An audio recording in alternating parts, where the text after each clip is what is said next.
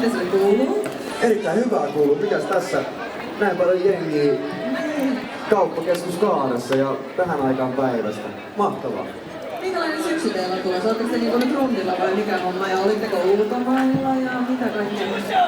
No siis meillähän on tällä hetkellä koko ajan rundi päällä. Huomenna Seinäjoella rytmikorjaamolla. Sallittu keikka muuten by the way, että jos joku on menossa tuonne pohjoiseen päin, niin Seinäjoelle pääsee alaikäiskin keikalle, mikä on oikeasti. Me ollaan tehty tänä syksynä aika monta sallittua keikkaa. Se on erittäin hyvä. Joo, ja meillä on paljon sellaisia faneja, jotka eivät ole vielä 18 ikävuotta, niin se on meillekin erittäin positiivismerkkinen kokemus aina päästä soittamaan tämmöisiä keikkoja. Niitä yritetään järjestää mahdollisimman paljon. Huomenna yksi niistä. Ja varmaan on siellä Facebookista ja netissä, mistä löytyy noin keikka-aikataulut. Joo, sieltä löytyy varsinkin Reckless Loven Facebook-sivuilta löytyy, nettisivuilta löytyy. Ja vastatakseni vielä kysymykseen siihen ulkomaista hommiin, niin viikko sitten tultiin brittikiertoilta, oltiin siellä 2 viikkoa rundaamassa ja 2 viikkoa joka päivä veivattiin täysille saleille. Se on ihan mieletöntä. Se oli oikeesti aina ollut meille joten jostain syystä hyvä vienti Briteissä ja siellä on kyllä mahtava meininki, mutta ei se nyt oikeesti tällä vaan se... Tämän perustalla. No ei oikein. Akustinen keikka ja täällä äsken kun eturivi huusi ja sit pyysi koko jengiä huutamaan.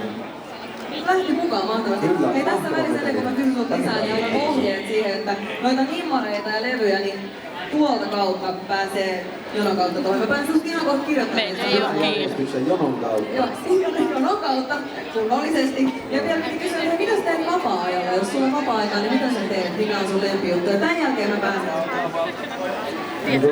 Mä en oikeastaan, mulla ei oikeastaan ole vapaa-aikaa, koska muusikon ammatti on semmoinen niin sanotusti 24/7 ammatti. Eli aina kun mennään ruokakauppaan, niin siellä saattaa tulla tamperelaisia, mä asun Tampereella, niin tamperelaisia faneja vastaan. Saatan niiden kanssa ottaa pari valokuvaa ja jotain nummereita. Sitten toinen, mitä mä oikeasti rakastan mun työtä. Ja mä elän ja hengitän tätä, niin kaikki se aika, minkä mä istuksin kotona, niin mä kirjoittelen siellä uusia sanotuksia biiseihin, mitä Pepe, meidän kitaristi tuolla, joka istuu jo malttamattomana tussi kädessä, himmareita kirjoittaa haluamme päästä, niin se säveltää.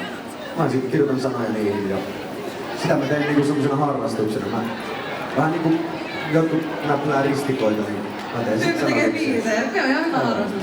Kyllä sitten joskus saatan käydä lenkillä tai salilla tai jotain urheilua, mutta se on lähinnä siinä vaiheessa, kun tarvii jotain tuulettautumista, sitten pitää päästä kotoa pihalle. Kiitos Olli, Olli-Liisa Tamborin ja sä